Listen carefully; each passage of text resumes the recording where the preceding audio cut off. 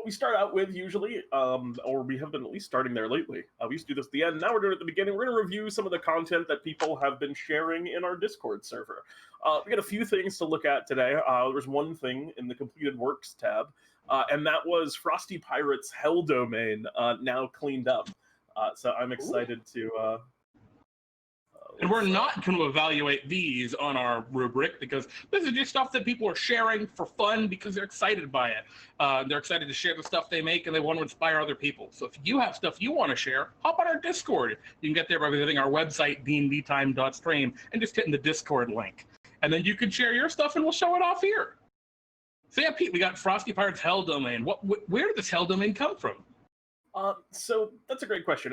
Recently, we did a segment on Fantasy Labs called Lab Experiments, where we started our stream an hour early, and then myself and Jeremy challenged each other to brew an entire subclass in 1 hour. We're going to be looking at a little bit later today the Fey Spirit Sorcerer subclass that I made, because I also took some time to polish this up. The one that I did there. But this, at the same time, we had a few members of the community that also attempted the challenge alongside of us while we were doing it. And Frosty Pirate came up with this Divine Domain, Hell Domain on that day based on a concept that you put forth, Jeremy, which was a Hell Cleric. Mm-hmm. I mean, this is exactly the kind of vibe I was. This is actually a little more focused on Asmodeus than the Nine Hells than I had originally thought. But, I mean, awesome. I'm excited that you were inspired by it and made something. Shall we dive right into this, Pete? Let's take it away. Would you like to start reading, Jeremy? Absolutely.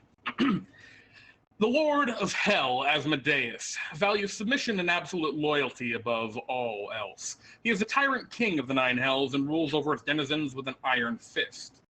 A follower of Asmodeus must accept him with absolute faith and carry out his will without question. A follower of Asmodeus is granted powers over the flames of hell, and the ability to force all others who stand in the way into submission. That's an interesting take. It's very... I wouldn't have thought the word submission, but I guess that kind of makes sense, right? Yeah, it's a little That's bit what devils are all about, like corrupting and kind of gaining this influence over souls. And I mean, devils are also known in lore for their like very strict hierarchies. Yeah, and absolutely. So it definitely makes a lot of sense to me. I just wouldn't have thought of it at first. Conquest paladin-y almost. Like I can see this person like being in the same party as a conquest paladin, and them both just being like agents of Asmodeus. I think would be a very cool thing. But let's look at the Hell Domain spells. Yeah, there are 5 levels, spell levels, in which clerics gain additional spells they always have prepared. And for the Hell Domain, those spells are, at first level, Command and Hellish Rebuke. At 3rd level, Scorching Ray and Suggestion. At 5th level, Fear and Melts Minute Meteors. At 7th level, Dominate Beast and Fire Shield. And at 9th level, Dominate Person and Infernal Calling. I like these all a lot. Yep, I don't have issue with any of these. Melts Minute Meteors is like the one that's the closest, but I like it still. For me, it's almost Dominate Beast is the one that's kind of the one that's maybe sticking out for me a little bit. I don't know what else you do at 7th level, but it feels like Dominate Person already kind of covers that for me at least. But I could see it. I could see it. I don't dislike it. Just to be clear, I definitely get where it's coming from, and I think that like a lot of these are obviously like Hellish Rebuke and Infernal Calling are must-haves. I like must-have. I like Suggestion. I think Suggestion, like the kind of domination enchantment side of things, it's a little bit of a subtler take, but it opens up some. I just think it's cool for a cleric to have access to that spell because that's not the kind of thing most clerics would get. Yeah, and along the lines of the two that Pete and I brought up, right, Melts Minute Meteors and Dominate Beast, important, like, point, whenever you're designing your own content, if you can tie in infrequently used kind of niche spells, like, I think both of those fit under that category of kind of niche, infrequently used spells. I like that. I think that's a really, really important thing because it's something that can make your subclass actually play in a way that is unique. and it's such a simple thing, just giving them these spell options. But that a lot of I think people don't take. those being there could actually really make this subclass play differently, just all features aside, from other clerics. All right, we got Devil Sight. This makes a lot of makes a lot of sense. Dark Vision 90 feet. Magical darkness doesn't impede your dark vision. This is a feature that basically every devil has in 5e, taken right off the monster stat block, I assume. It's just right, I think, for a cleric first level feature. You're also talking about Devil Sight, Pete? Yep. I actually do have a qualm with this. Just you a think minor. you think it's a little too powerful? No, that wasn't it. Actually, it was purely a. When you're designing stuff for 5e, you really want to try and if there's an established convention, stick with it. And in this case, there's another feature in the game called Devil Sight that does the same exact thing, except it has a different range.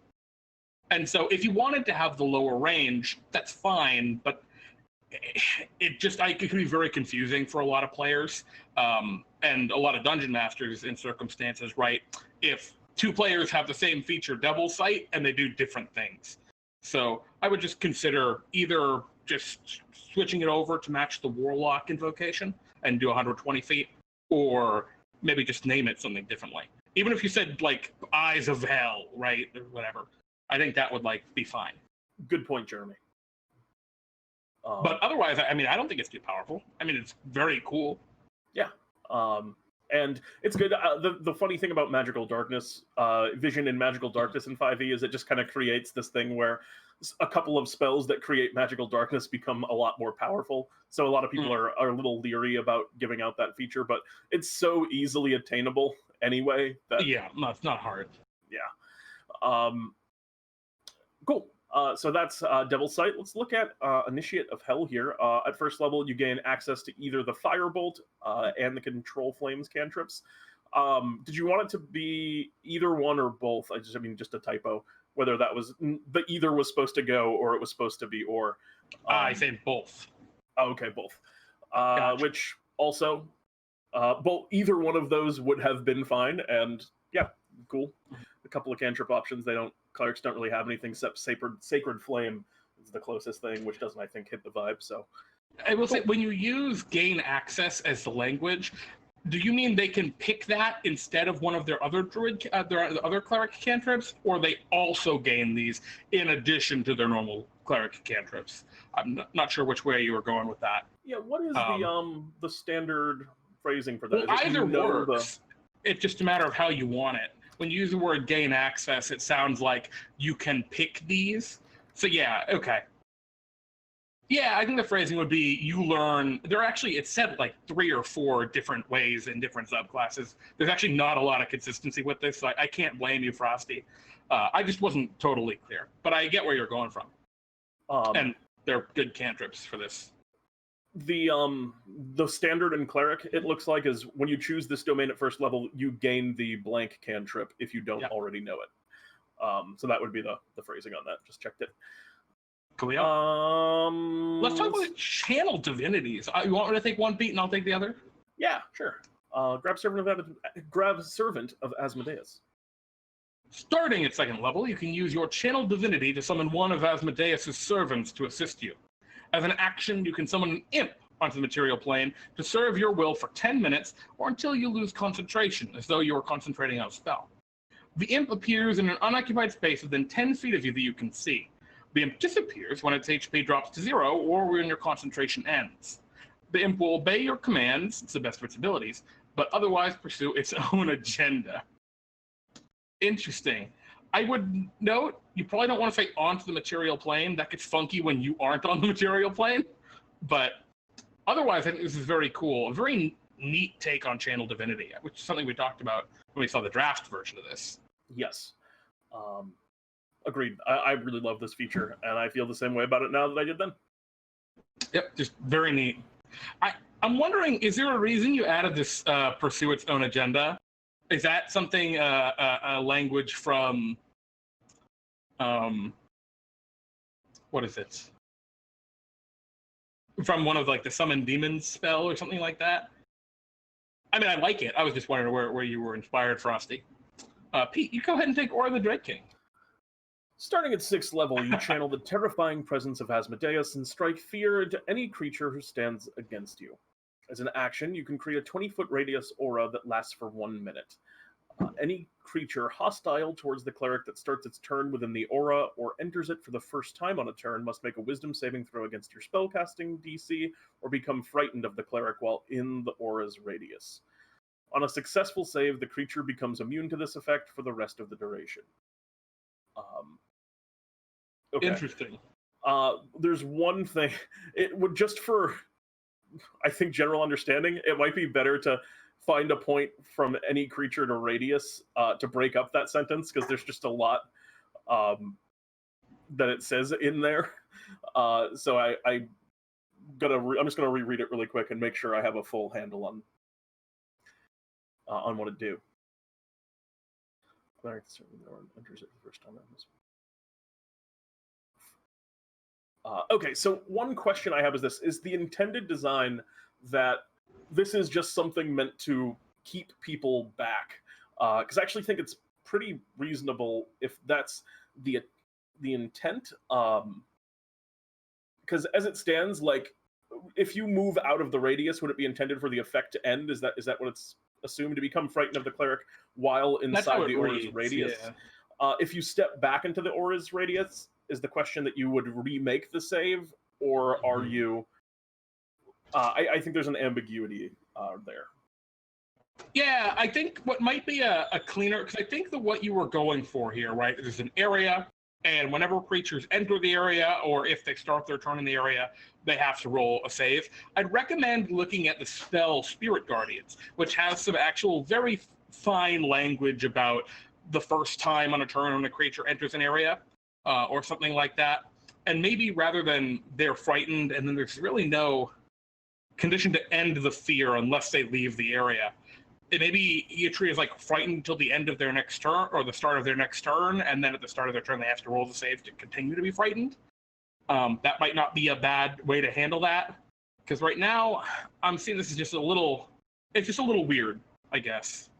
Yeah, it just, I think, needs a little bit more work to make it just function, because I think I get what you're going for, which is just people won't walk closer to you. Well, it's just it has a really weird gameplay element the way it's written right now, because if you're the cleric and there's a creature 10 feet away from you and you do this aura, the creature has to run 10 feet away from you to be outside the radius, not be frightened, effect. Then they can turn around and try and run back at you, but then they got to roll a save again. Or they're not, because it's not a successful save. Well, no, because you use a thing, the aura, they're frightened, and so they can't move closer to you, and they run 10 feet away from you, and they're outside the circle now. They turn around and go to re-enter the circle, they got to roll another save. There could just end up being a lot of saving throws associated with it. But that's, I mean, I get what you're going for, and I think it works very well. It's just a matter of whether or not, what language you want to use for it, really.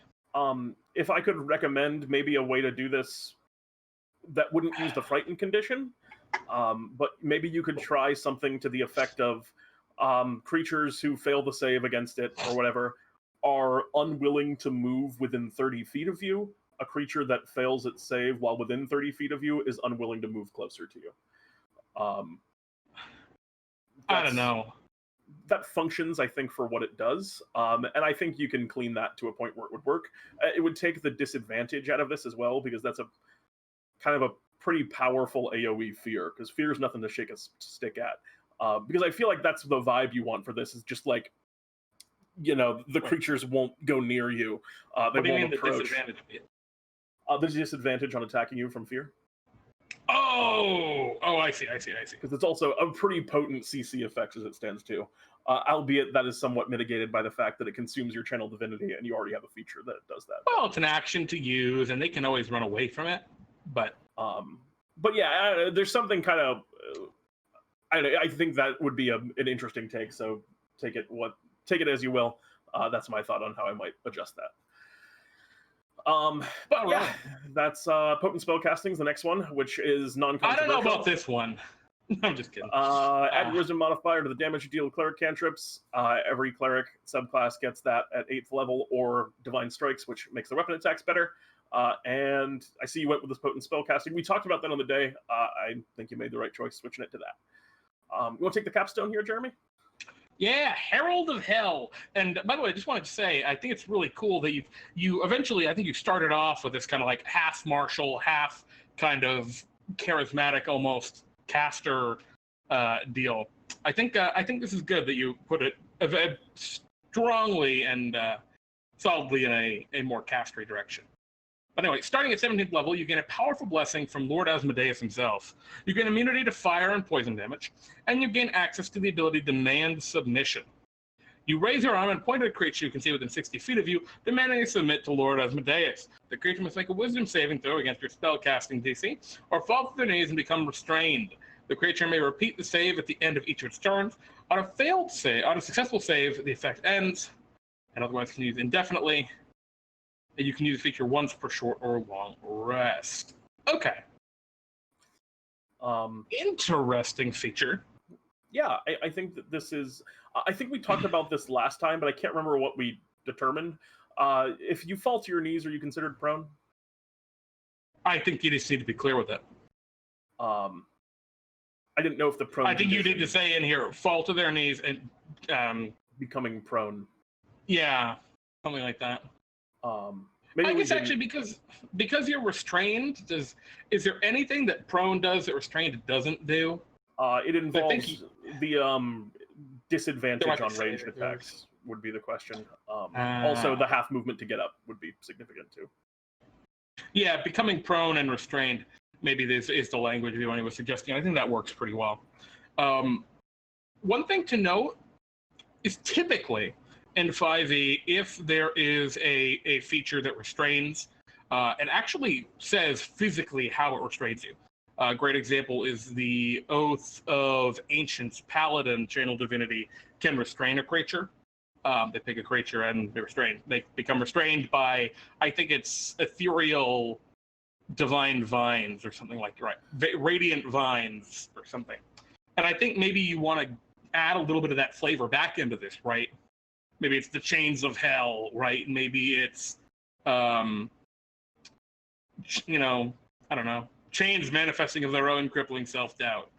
Another thing to note here, very minor, because you can target any creature with this, does a creature without knees become immune to this feature? I mean, the way it's written.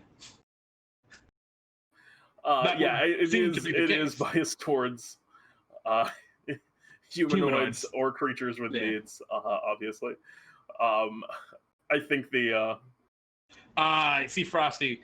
That's up to the GM you read. No, Frosty, you can't. When you're designing for something like this, you really want to take as much of that ambiguity out of the picture as you can.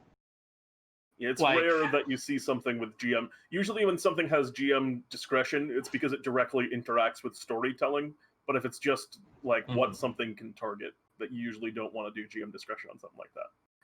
Yeah, I think the only thing in 5e rules as written with so much GM discretion, there are, I think, three things, right? Legend lore, there's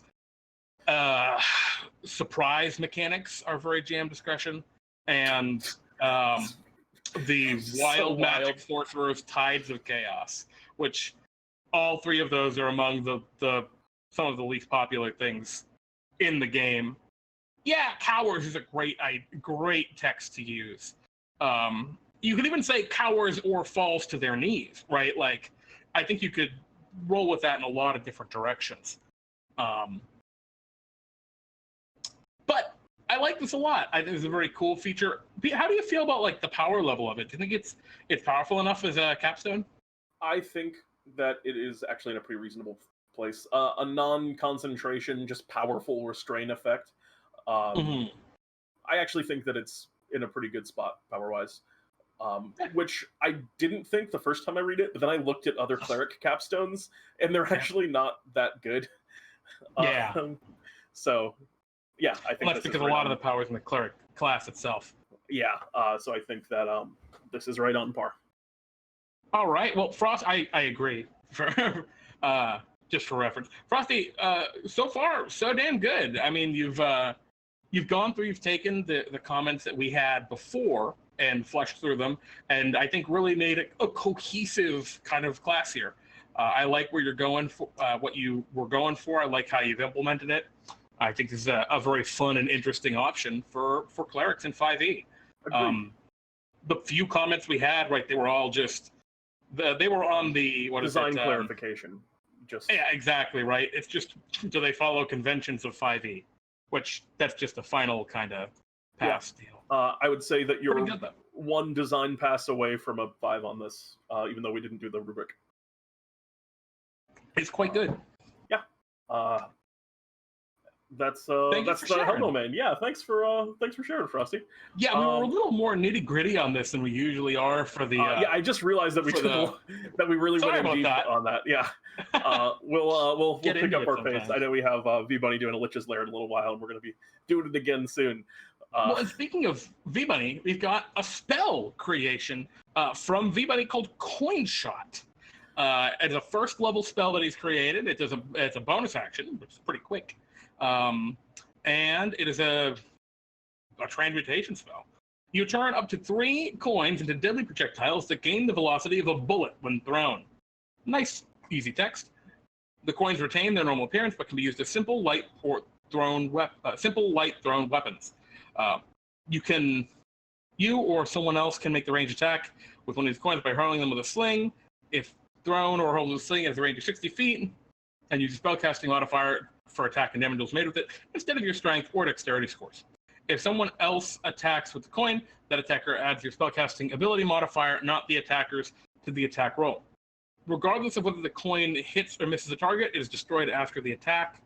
Different types of coins create different bullet effects. Copper deals 1d4 points of bludgeoning damage. Silver does 1d6 points of bludgeoning damage and counts as silver for the purposes of overcoming damage reduction. Electrum deals 1d8 points of bludgeoning damage and grants a +1 bonus to attack and damage rolls made with them, and counts as silver for the purposes of overcoming damage reduction. Gold coins deal 1d10 points of bludgeoning damage and gain a +2 bonus, and platinum coins deal 1d12 points of bludgeoning damage and gain a +3 bonus. If you cast a spell again, the spell ends early on any coins still affected by it. This is a really neat spell. This feels like a really amped up, obviously, Magic Stone, like actual spell level version of Magic Stone. Yeah, I really like this. I love the direction you went with the 3 different coins. I don't know if this is balanced necessarily, but I like the direction you went here. This doesn't seem like something Wizards would make, but this seems like something that would be super fun to give to a player. Like let a player use this coin shot spell, and then I would love to not tell my player what the second half of the spell does, and just when you use it on coins, the different coins do different things, and this seems like a really fun homebrew spell to give someone who would be into this. And I can imagine a lot of people liking the aesthetic of chucking their money at people. Yeah, and if we were going to go into a little bit more finesse about it, everybody's saying I missed the part where gold counts as adamantine and platinum counts as magical. Yeah, I kind of skipped over those aspects. I think the gold counting as adamantine is that doesn't follow to me. I don't understand. I mean, I guess your idea of it becoming progressively better at overcoming resistances, but I don't know. Yeah, it doesn't work as much I'm not for super me into either. that because it's not adamantine. It's gold. It actually I don't feel it as much on the magical, even for the platinum. In a sense, I could see an argument that all magical. of these attacks are magical. It is magical. Yeah.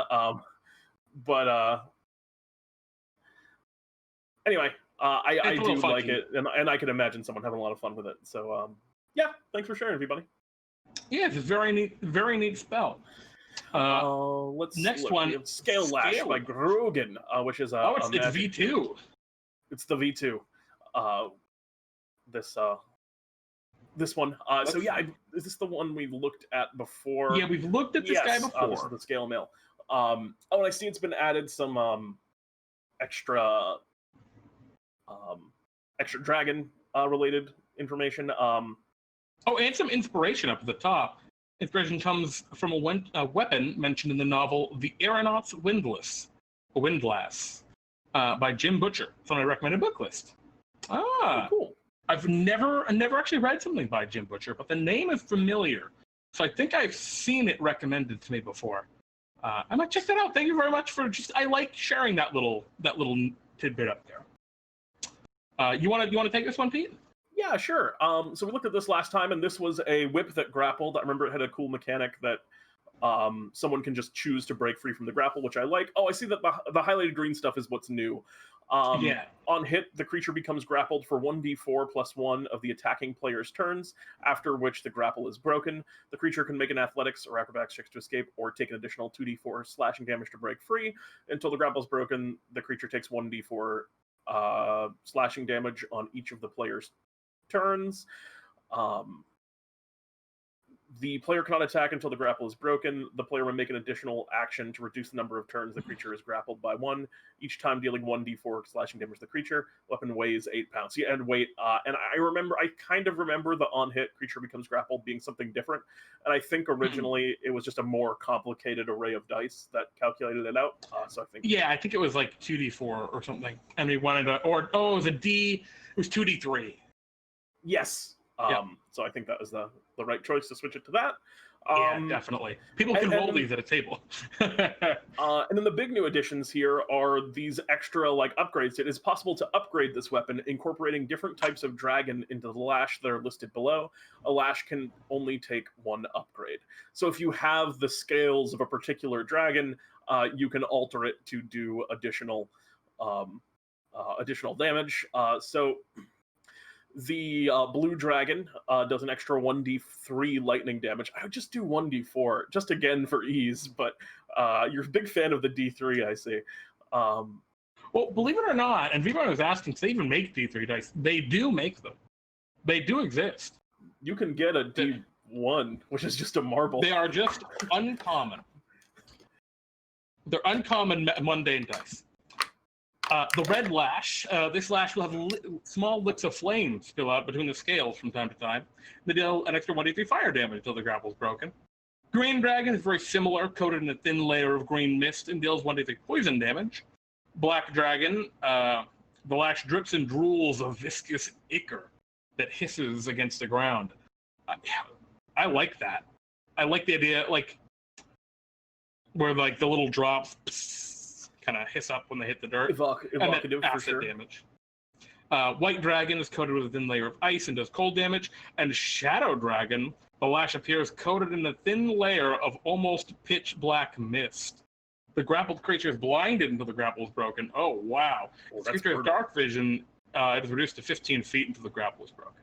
I think that last part might be a little too unnecessary, but I get where you were coming from at the same time. So I don't know. Maybe it's actually fine. Yeah, I think so. It's very powerful. The only thing I would keep in mind with that effect is that specifically that Shadow Dragon one is extremely strong to be able to blind a creature by hitting it with a weapon attack. But magic items are always up to the balance of their are always relative to the balance of your game. So that. Absolutely. Well, and keep in mind, it does have the option to just escape and take extra damage. So, and that's something I'd mention. Sure. The one thing that this is missing is, as it stands with these extra augments, it's always better to just take the 2d4 slashing damage and escape the grapple for the creature. So, if you wanted to go in this direction, you may want to say not only the additional damage, but the damage dealt when a creature willingly breaks a grapple might need to increase too by this amount. Yeah. Just to at least make it a choice. Tactical gambit. Agreed. And that's the new take on the Scale Lash. I like the new additions, Grogan. Yeah, for sure. Thank you very much for sharing, man. Thanks, Pete, Grogan. What do we got? We got the Ring of Bringing here from D-Forgotten One. I just want to take a moment and highlight on the Discord. There was a whole slew of Ring of Something-ing items. There was things like the ring to show the scale. I think it was Cold Spark. Forgive me if I'm wrong about this. I believe it was Cold Spark who made the Ring of Ringing, which was a ring that you could wear another ring over. And there's a whole slew of them if you guys like those kind of goofy pun-like items. I suggest you check it out. But this was one that Frog came up with called the Ring of Bringing, which I also think is a legitimate. I think is a legitimate item. It's maybe a little bit more powerful than you have it rated here at Rare, but here it is, the Ring of Bringing by Frog. This ring has an orange gem and blue gem set onto it with a silver humanoid shape on top. Requires attunement. While wearing this ring, as an action, you can teleport a creature or an object that isn't worn, carried, or held into a container that you have seen within 24 hours.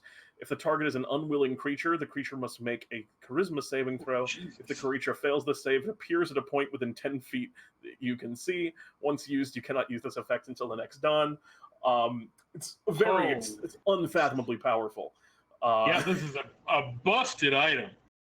As an action, you can teleport a creature or an object that isn't worn, carried, or held. Yes, you can swipe an object that's just sitting around, or you can swipe a person.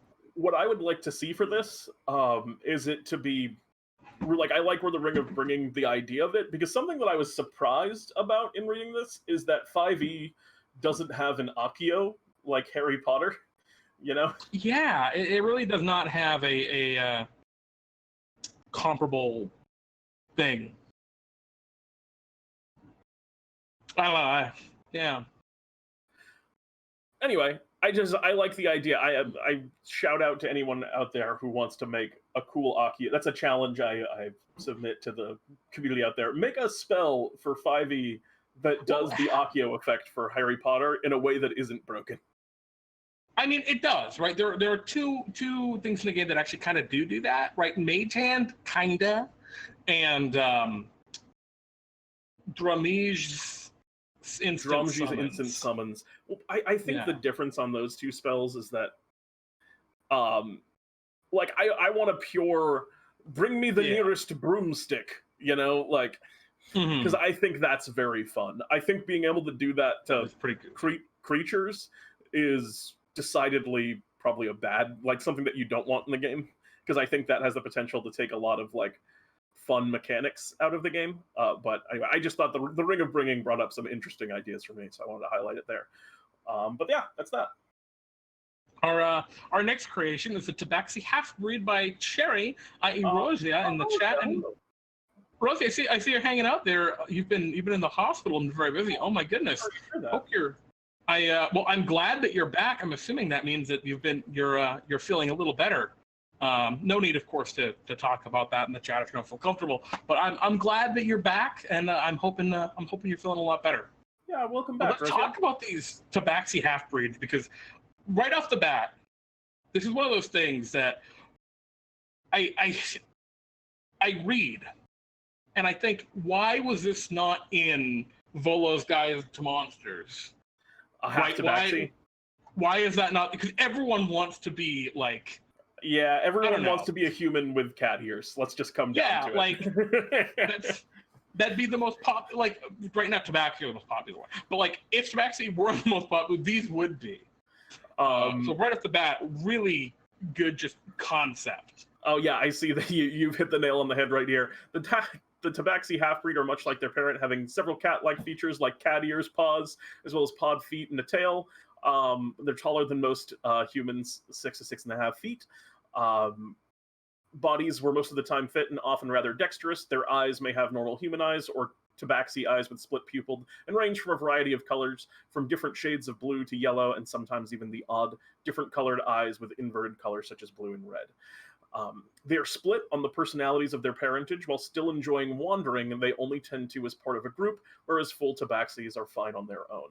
So half-breeds seem to tend towards staying in towns or cities, but often take jobs where they venture out for short periods, such as hunters or tree cutters. This allows them to feed both the independent and social aspects of their personalities.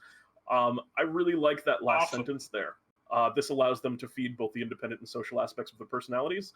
I think that's a great thing to tie up what it means to be a half Tabaxi, which is that you have this, it really, in my mind, creates this sort of, like, you're a human, but you just have this kind of, like, wandering soul a bit somewhere inside of you, is kind of the vibe I get, which I like that.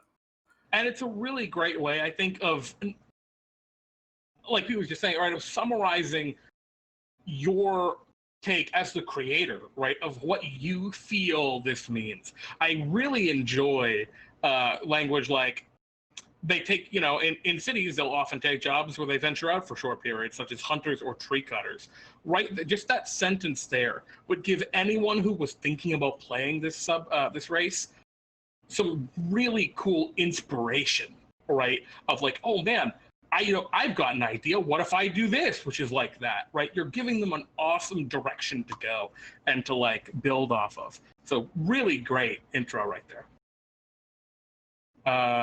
Yeah, let's keep rolling.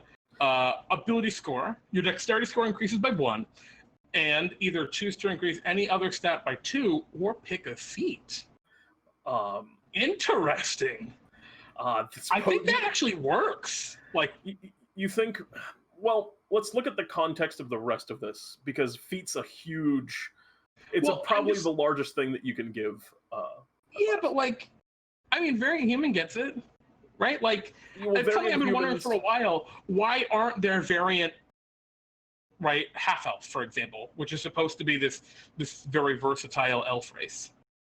Well, Variant Humans thing is 2 + 1s and a feat and a skill. So I'm just a little concerned about giving anything beyond the. So sure. Let's see what the other features are. But first we'll look at age. Tabaxi half-breed have lifespans equivalent to humans. That works, obviously. Tabaxi half-breed tend towards neutral alignments, as they don't have the impulse and fancy guide their decisions like their Tabaxi parent. They are rarely evil, with most of them still driven by curiosity, and some rarely greed or other dark impulses. That's, I think, all fine. I like that you kept everything open, which is always a good way to go. Tabaxi half-breed are taller on average than humans and relatively slender. Your size is medium, also good. Base walking speed 30 feet. Checks out, classic. Dark vision. You have a cat's keen senses, especially in the dark. You can see in dim light within 30 feet of you as if it were bright light, and in darkness as if it were dim light, unlike your Tabaxi parent. You can discern color in the darkness due to your other parentage. Interesting. I don't know if that tracks as much for. I think that's just their way of saying dark vision works. Yeah. Not that humans can see color in the. Like, it's not like a not seeing color thing. It's just that you lose the color when you're looking into dark areas. Which, if you had some other explanation for it, but I don't know if that tracks as much for me. But I like the 30 feet. Is there anything in 5e that has 30 feet of dark vision, Jeremy? Oh. It's like you have half cat eyes. I didn't even realize that. Huh. No, I don't think there is. I like it. If that matters. I think. I'm with you. I've just never seen that before. It makes sense. You would have half the dark vision. It connects for me. Can't argue with that. Natural sprinter. Your reflexes and agility allow you to move with a burst of speed. When you move on your turn in combat, you can double your speed until the end of the turn with your bonus action. You can do this a number of times equal to your dex modifier per short rest. This is the kind of the core Tabaxi thing, is they get to double their speed for a turn. And usually for the Tabaxi, you can use it unlimited times per short rest, but you have to spend a turn not moving to recharge it.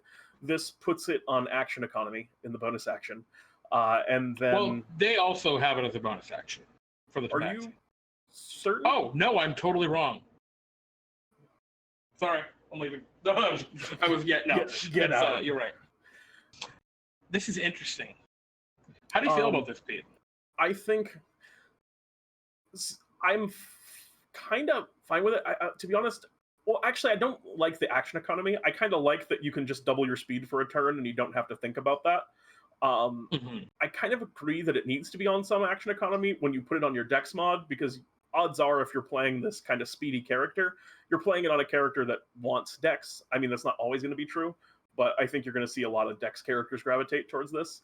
So I think it's assumed that that's going to be maxed out. So if you're just letting it be 5 without 5 uses, without any stipulation, then I think it maybe needs some action economy. But like if we're going in the direction of wanting to be half of what a tabaxi is, I would almost rather it be toned down to something like um you can just use it once per short rest. Yeah, I And think not that do would be the the bonus direction to go, certainly. I think, yeah, putting it on an action economy, like using your bonus action as a thing.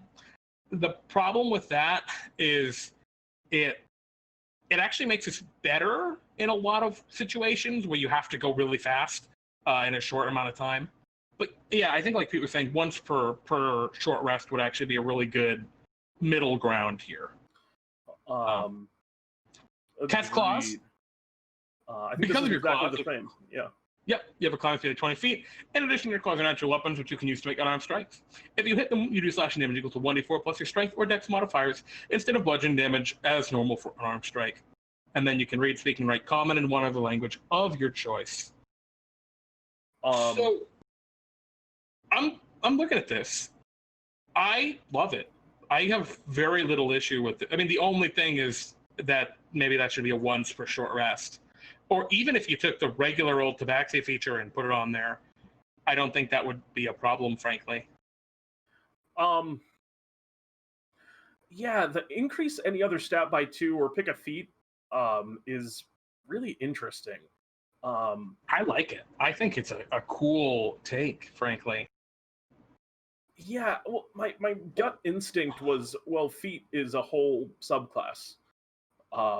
But I mean, I guess Very like good. when you get ability score increase, so I was just worried seeing other stuff tacked on top of that. But I guess when you get an ability score increase, that's raise a stat by 2 or pick a feat is literally what that is. So Yeah. in that term, it.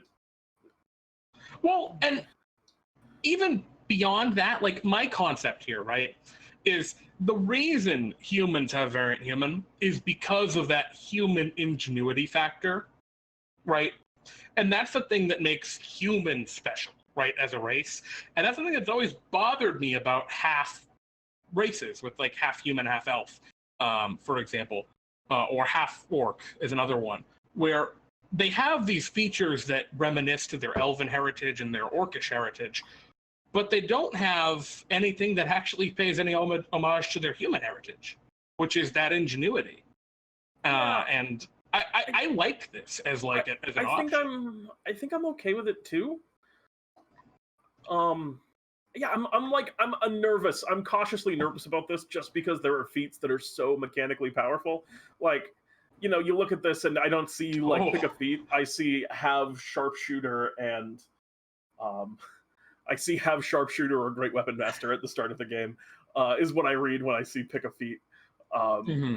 So that concerns me a little bit, but yeah, I don't know. I think it is pretty fair. Think about it this way, right? Would you rather the person, right, have sharpshooter? So let's say this player wants to have sharpshooter at the beginning of the game, right? Would you rather them be a Tabaxi, the character race that they like wanted to play, and have it? And really, they're not that much more powerful as a result, right? They can climb and run a little bit. Or play a human and reflavor their human to be like a Tabaxi because they wish they were playing a Tabaxi, but they picked human. You know what I mean? It's like if they're gonna do it, they're gonna do it. Yeah, well, the only thing, honestly, that's power play. The only thing for me that separates this from a variant human is natural sprinter. Like, I'm totally fine with this in the context of Dark Vision and Cat's Claws. That's my catch up. Anyway, it's a -1 for one. It's only one ability score. You only get a +1 off this race, though. True. Rather than 2 +1s on a variant human. Yeah. Anyway, you don't need to, convince me. I'm of the opinion that I think it's on the stronger side just because of the power of feat, but I think I like it too. And another thing, really, this is really, really good. Like, you nailed it. I can tell where you went through, you read the Tabaxi, you looked at how the races tend to be aligned and set out. This is some really great content. I'm really, really excited to see this. Yeah, great work, Razia. You did a really good job on this Tabaxi half-breed. I'm very into this. I hesitate to add. I don't mean to put you on the spot. Have you drawn any cool art for these guys? Because I know you make some incredible art too. Yeah, I'd be interested to see that as well if you have it. But it's awesome. It's great for you. Great to see you back too. Yeah. Anyway, thanks again so much for submitting this, Razia. This was really cool. Cold Spark was asking in the chat, have they done any of our rings? Yeah, and I know. Go ahead, Pete. I was going to say, we talked about the. I mentioned, I believe it was the Ring of Ringing. Cold Spark. Ringing. We talked about the Ring of Bringing. We talked about the rings, just in the grand scale. But next, Jeremy, we took a longer to go through the workshop than I think either of us thought we would. But it's time for the Lich's Lair. So would you like to queue up the thing while I go make sure everybody's ready to go? All right, let's hop into the Lich's Lair.